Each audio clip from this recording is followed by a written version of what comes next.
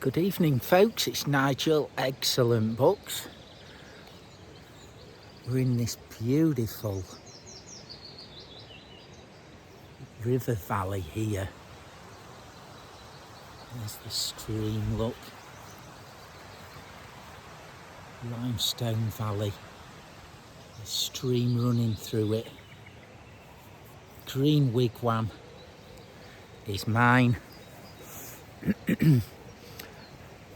And I'm doing a book tag, although I haven't been tagged, but I thought it was a brilliant video that Eternalreading did.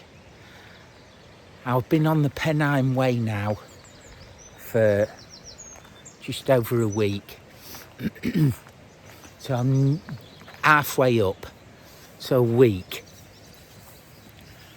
and I've got a limp on, not from blisters, but I stubbed my big toe on the only block the size of a house brick, and nail went black. This was yesterday.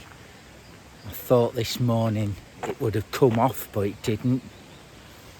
Just took my shoe off, and I'm going to have to soak my sock off because it's just covered in blood and plasma. It is not a good sight. I know my toenails come off, and it has slowed my roll immensely. But the book tag he did was it was about a week ago now. Where were you when you read that book? I thought it was brilliant. He had some brilliant, very personal answers to this tag, and it's it's a really, really good video that I watched. So just to stop my legs from stiffening up, we're in a village called Keld. So I've done 17 miles today with my manky toe, and it isn't happy. So I'm just stopping my stem from stiffening up walking up this valley. But I'm only doing 3 with one honourable huge mention. Where were you when you read that book? So one of the ones that stand out the most for me is The Hobbit, J.R.R. Tolkien, and Lord of the Rings. Now, the first time I got The Hobbit, I'd just left school.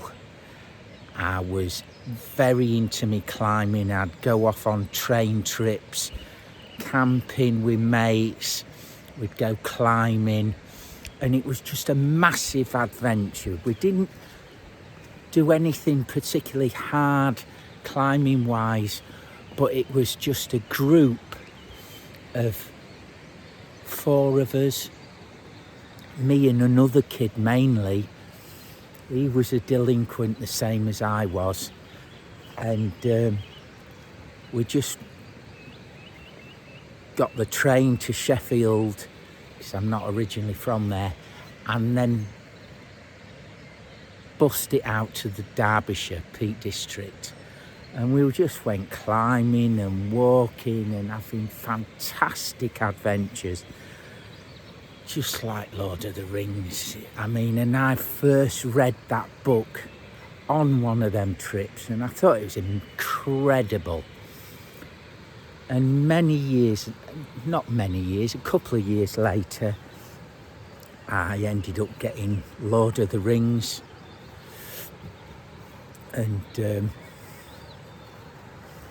obviously the same thing happened. I was in France, I was in Scotland, I was in Wales, everything with the climbing and walking, and reading those 3 books and there's a spider in it called shelob. And in the quarries, Dinorwig quarries at Llanberis, North Wales, bottom of the Mount Snowdon, there's some old abandoned slate mines, and they've got old quarrying tunnels between them. And I was reading about Bilbo going through these tunnels where Shelob lived, and it was just absolutely added another dimension to the books, because you know, it was just a massive adventure. It was brilliant. And then, you know, you move on and you keep reading other things. So yeah, The Hobbit and Lord of the Rings had a massive impact on what I read as a young man growing up. We've got a bit of a waterfall here, look. I'm just heading up towards, not really a waterfall, over some rocks. So the next one, I was a lot older. I'd moved to Sheffield.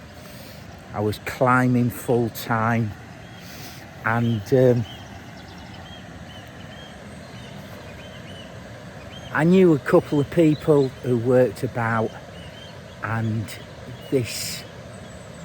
I got introduced to this enormous American Marine who had come over on a protection detail in the late 80s, very early 90s. And he wouldn't say what he was doing, but he'd got a week off basically from London protecting whoever it was. I've forgotten a little bit. But he was a Native American. Massive, big, tall dude. I'm going to go down this little path, get on this little bunch of rocks there and show you this view. It was this enormous American Marine from the Black Hills in Dakota. And he was really quiet. He climbed a little bit. He just wanted to taste a bit of English climbing and people and stuff like that. And at the time, I was reading, let me just turn this around here.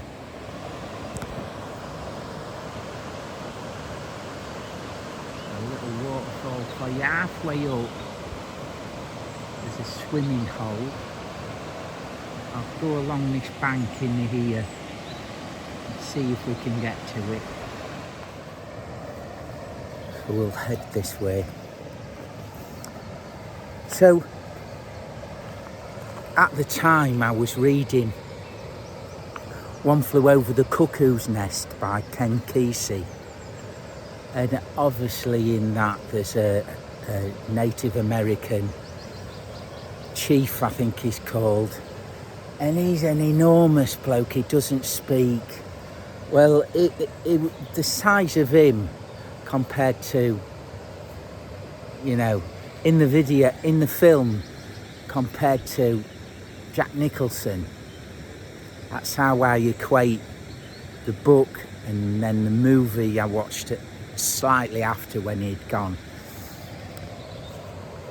So the size difference and everything just reminded me of Chief, this enormous Marine.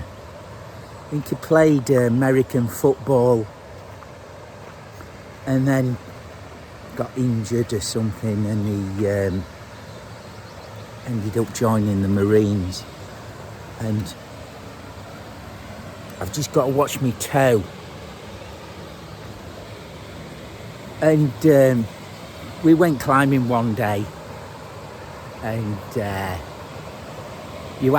was this really hard, quite famous climb that had very few ascents, and you had to jump out sideways, and your feet were about 8 feet in the air, and if you caught the hold and your body swung round to the left and you didn't manage to keep hold of it, you'd be landing from like 10 foot up onto your side, onto the rocks. Bad landing. So I thought to myself, hey, I know where we can come in there. So I took him, told him what was happening, and lo and behold, first go climbs up, jumps out for the little crimper on the wall, got it, and feet come off, swung, fell into his open arms, and he smirked, but I'd have been in a right angle if he'd have not have caught me, to be fair. And I did it the next go, so everything was gravy in the end. But I equate him with One Flew Over the Cuckoo's Nest. Massive American Marine from North Dakota, Native American. Great bloke. And because he was stopping in my house, I shared a rented house with 2 girls, and of course he had the patter. Let's just show you these holes. It's a bit slippy.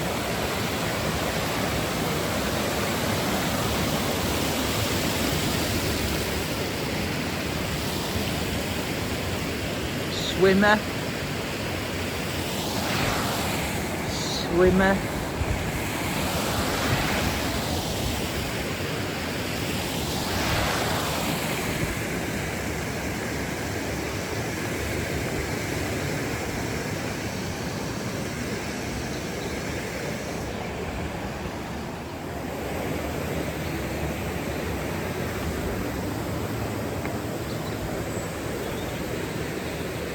So yeah, he had the patter down, and he was a good looking bloke.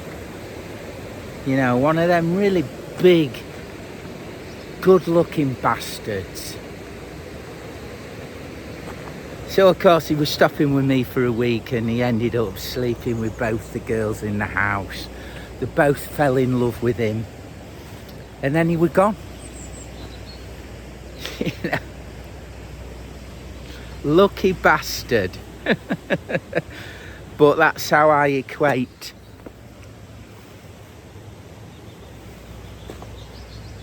That's how I equate. Nearly went in drink there, didn't I? Ken Kesey's One Flew Over the Cuckoo's Nest.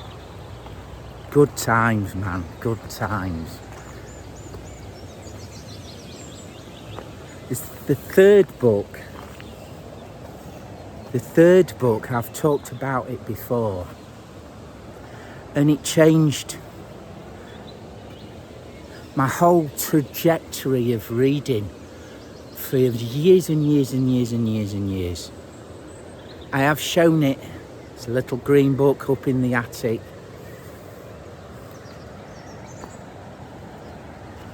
And it's Cold Mountain by Han Shan. I've said the story before. I was hitchhiking in Joshua Tree up into the hidden valley, and you stand, or you did back then, at the crossroads. You can head into Palm Springs, that to your left. Joshua Tree Village is to your right. And then Hidden Valley Campground in the national parks. And I was trying to hitch back from to my tent, And this bum, this hobo if you like, stood next to me, started talking, and I thought, look mate, I'm never gonna get a lift with you stood here, never. But I was, you know, polite, got talking with him, and he handed me the little green 101 Poems, Cold Mountain by Han Shan. And it changed everything. My philosophy on life, philosophy on reading, poetry, even poetry from a bloke in China from like so long ago it's incomprehensible nowadays with all the shit that's going off in the world, you know. And he wrote the poems on the trees, or he carved them in. And that just changed everything, you know. This bum, he had next to nothing, you know, he had next to nothing. He wouldn't take any money for this book. And it was just incredible. Oh, my big toe is in tatters, man. My socks are squelching because the left-hand big toe is full of blood. And I've got half of the sodding Pennine Way left to do. We'll see what happens. Little blue tits. Just outside Keld, up in the Yorkshire limestone dales. So they're really my 3-in-1 book chunker, Lord of the Rings. 3 books that, where were you and what effect did they have? So thank you for Eternal Reading for doing this. He got tagged by someone else, but I apologise, I'm so rubbish with names. I've forgotten it already. But yeah, I really enjoyed this video. And hopefully, when I get back home, I can catch up on all my reading pals.